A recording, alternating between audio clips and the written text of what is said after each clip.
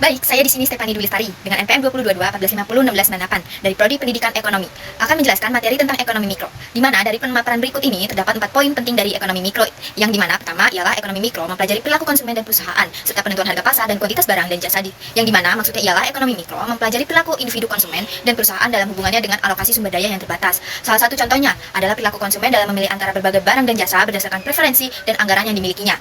Misalnya, ketika seseorang memutuskan untuk membeli buah atau membeli sayuran berdasarkan selera dan juga pendapatan yang dimilikinya. Selain itu, ekonomi mikro juga mempelajari bagaimana perusahaan menentukan harga pasar dan kuantitas barang yang akan diproduksi berdasarkan biaya produksi seperti bahan baku, tenaga kerja, biaya overhead, lalu permintaan pasar, dan biaya pendapatan konsumen dan harga barang lainnya. Kedua, ekonomi mikro berfokus pada bagaimana individu, rumah tangga, dan organisasi membuat keputusan untuk mendistribusikan sumber daya yang terbatas. Maksudnya ialah, sebagai individu kita memiliki sumber daya yang terbatas, seperti uang, waktu, tenaga, bakat, dan lain-lainnya. Nah, oleh karena itu, kita perlu membuat keputusan untuk mendistribusikan sumber daya tersebut secara efektif, dan contohnya sebagai pelajar, kita harus memutuskan berapa banyak waktu yang disediakan untuk belajar, bermain, bersosialisasi, agar waktunya tersebut teralokasi dengan baik. Kemudian di tingkat rumah tangga, setiap anggota keluarga pasti memiliki kebutuhan masing-masing. Namun, pendapatan keluarga terbatas, maka orang tua perlu membuat keputusan pengalokasian uang, misalnya untuk kebutuhan makan, pendidikan, dan transportasi, tagihan, dan lain-lain. Tujuannya supaya seluruh anggota keluarga tercukupi. Kemudian dari organisasi atau perusahaan pasti memiliki sumber daya seperti modal, bahan baku, mesin, dan tenaga kerja yang terbatas.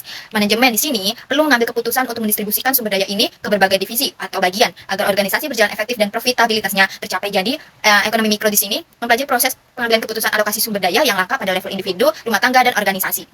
Yang ketiga, ekonomi mikro mempelajari bagaimana keputusan mempengaruhi pasokan dan permintaan komoditas dan jasa. Secara umum di sini misalnya, keputusan konsumen untuk membeli lebih banyak barang karena harga turun akan meningkatkan permintaan, dan keputusannya produsen untuk mengurangi produksi karena biaya tinggi akan mengurangi pasokan di pasar. Sehingga ekonomi mikro di sini berperan dalam mempelajari reaksi pasokan dan permintaan yang timbul akibat keputusan yang diambil oleh pelaku ekonomi tersebut. Yang keempat, ekonomi mikro disebut sebagai bottom up ekonomi. Maksudnya di sini ekonomi mikro adalah cabang dari ilmu ekonomi yang mempelajari perilaku ekonomi dari para pelaku ekonomi individual seperti rumah tangga atau konsumen individu dan perusahaan atau produsen. Sedangkan bottom ekonomi di sini ialah tumbuh dari bawah, maksudnya aktivitas perekonomian suatu negara ditopang dan digerakkan oleh aktivitas individu pelaku ekonomi seperti rumah tangga dan usaha kecil menengah secara agregat atau keseluruhan. Nah, makanya dapat dikatakan bahwa pertumbuhan ekonomi suatu negara berawal dari aktivitas individu pelaku ekonomi mikro yang kemudian berdampak luas pada keseluruhan perekonomian. Kemudian, ada 3 teori ekonomi mikro. Yang pertama itu adalah teori harga, di mana teori ini melihat interaksi antara penawaran dan permintaan barang di pasar, dan harga keseimbangan antara penjual dan pembeli dalam tawar-menawar hingga mencapai kesepakatan bersama. Nah, faktor yang mempengaruhi proses pembentukan harga di sini itu ialah hubungan antara harga permintaan dan penawaran, bentuk pasar, dan konsep elastisitas permintaan dan penawaran.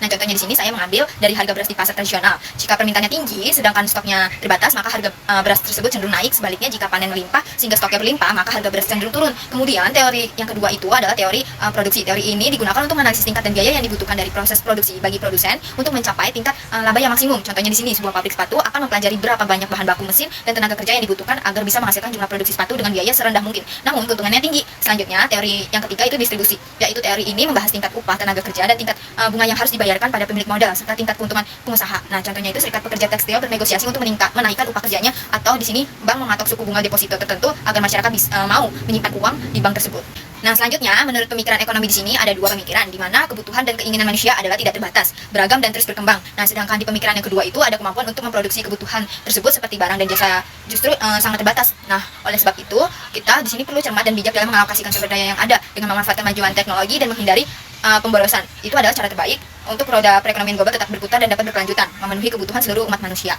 Nah, selanjutnya itu studi kasus yang saya ambil terkait materi ekonomi mikro ini, ialah di sini seorang petani mengalami kesulitan untuk menjual hasil panennya karena harga jualnya rendah, dan dijual hasil panennya ke tengkulak atau pedagang perantara yang menjual beli barang ke pasar dengan harga yang ditetapkan tengkulak tersebut. Nah, saat hasil panennya yang dibeli tengkulak dan dijual dengan harga tinggi di pasar, petani itu merasa tidak adil dan tidak mendapatkan keuntungan yang layak. Nah, analisis dari studi kasus tersebut, kita dapat ambil kesimpulan bahwa masalah yang dia hadapi oleh petani tersebut termasuk dalam pasar persaingan tidak sempurna. Mengapa? Karena tengkulak memiliki kekuatan pasar yang besar daripada petani untuk menetapkan harga, sedangkan petani tidak memiliki kekuatan pasar yang cukup untuk menetapkan harga yang lebih tinggi. Nah, maka solusinya yang bisa kita simpulkan dari studi kasus tersebut ialah dengan membentuk koperasi petani, di mana koperasi ini untuk memasarkan hasil panen dan penetapan harga jual lebih tinggi, sehingga petani bisa memperoleh keuntungan yang layak dari hasil panennya. Nah, sekian penjelasan dari saya, kurang lebihnya mohon maaf. Terima kasih telah menyaksikan.